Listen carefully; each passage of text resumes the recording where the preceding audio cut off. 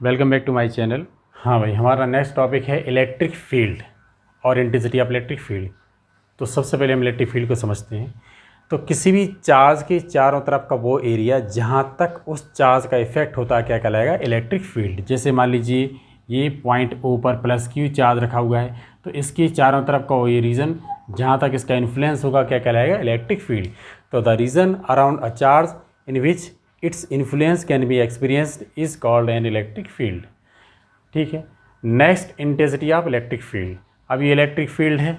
Electric field में यहाँ पर कोई पॉइंट है, तो उस पॉइंट पर इस प्लस क्यू चार्ज का कितना इफेक्ट है, उस इफेक्ट को ही हम क्या बोलेंगे? Intensity of electric field. लेकिन कैसे फाइंड करेंगे?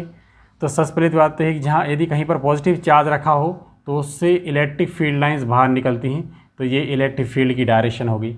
अब यहाँ पर कोई पॉइंट पी है, तो यहाँ पर इस चार्ज का यहाँ पर कितना इफेक्ट है, तो हम वहाँ पर एक टेस्ट चार्ज Q0 लेते हैं या Q0 लेते हैं। तो इसी के बेस पर इसको हम डिफाइन करेंगे। तो intensity of electric field at any point is defined as the force experienced by a unit test charge placed at that point. तो पॉइंट पी पर हम यूनिट टेस्ट चार्ज रखेंगे। यूनिट टेस्ट चार्ज पर ये वाला charge जितना force लगाएगा वो कहलाएगा इस पॉइंट पर क्या? Intensity of electric field. मान लीजिए हमने ये वाला चार्ज रखा है, इस चार्ज पर ये वाला चार्ज कितना फोर्स लगाता है? Capital F। तो यूनिट चार्ज पर कितना लगाएगा भाई? F upon Q0। तो it is force acting on unit test charge placed at point P। तो यही हो जाएगा हमारा क्या? Intensity of electric field. ठीक है। तो इंटेंसिटी ऑफ इलेक्ट्रिक फील्ड का फार्मूला क्या आ गया? E = F upon Q0।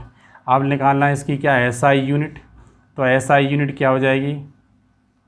Force के लिए लिखेंगे न्यूटन और चार्ज के लिए क्या लिखेंगे? कूलॉम। तो न्यूटन पर कूलॉम इसकी SI यूनिट हो जाती है। अब निकालना है डायमेंशनल फार्मूला। तो फोर्स के लिए क्या होता है? MLT-2 और चार्ज के लिए क्या होता है? AT।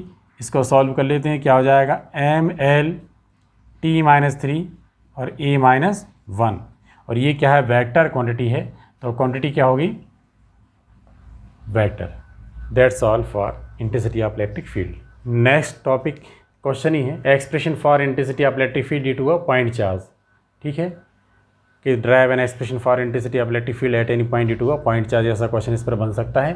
तो suppose O is a point where plus Q charge is placed.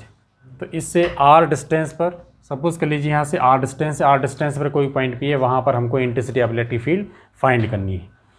तो फर्स्ट पैराग्राफ में क्या लिखते हैं? Let plus Q charge is placed at point O and P is a point at a distance smaller from point O where intensity of electric field is to be determined. अब आगे क्या लिखेंगे? ये हमारी प्रॉब्लम होगी। इसको solve करने के लिए हम क्या कर रहे हैं कि पॉइंट P पर हम एक टेस्ट चार्ज Q0 सपोज कर रहे हैं। तो now a test charge Q0 can be suppose to be placed at point P। यहाँ पर हमने एक टेस्ट चार्ज Q0 सपोज कर लिया। तो ये वाला चार्ज क्या करेगा? इस चार्ज पर फोर्स लगाएगा। ठीक है। और जनरली जो टेस्ट चार्ज है पॉजिटिव चार्ज ही लिया जाता है। तो ये वाला चार्ज इस चार्ज पर रिपल्सन फोर्स लगाए, इसलिए डायरेक्शन ऐसी हो जाएगी इंटेंसिटी की। तो क्या लिखेंगे? A test charge Q0 can be suppose to be placed at point P, then by Coulomb's inverse square law force acting on test charge Q0 due to plus Q charge. तो by Coulomb's inverse square law क्या हो जाएगा? F = 1/4π epsilon naught K और Q into Q0 upon क्या हो गया? R²। अब हमने यहाँ पर K लिया है, बाकी अभी नहीं लिया था। तो इसके चारों तरफ हम एयर और वैक्यूम नहीं मान रहे, कोई मीडियम मान रहे, तो अपन यहाँ पर क्या ले लेंगे? मीडियम की प्रॉपर्टी जिसको बोलते हैं अपन डायलेक्ट्रिक कांस्टेंट। मीडियम की प्रॉपर्टी क्या होती है? डायलेक्ट्रिक कांस्टेंट K होता है टू क्वांटिटीज़ का रेशो। तो ये E क्या है? Absolute permittivity of the medium, और एप्सिलॉन नॉट क्या है? एब्सोल्यूट परमिटिविटी ऑफ एयर और वैक्यूम। इनका रेशियो कहलाता है K। ठीक है। तो इतना फोर्स वर्क करेगा इस चार्ज के कारण इस पर। ठीक है। Then by the definition of intensity of electric field, definition से अपना फार्मूला क्या बनता है? E = F upon Q0। Now putting the value of F in this formula. तो F की वैल्यू कितनी है? 1/4π एप्सिलॉन नॉट और Q0 अपॉन R²।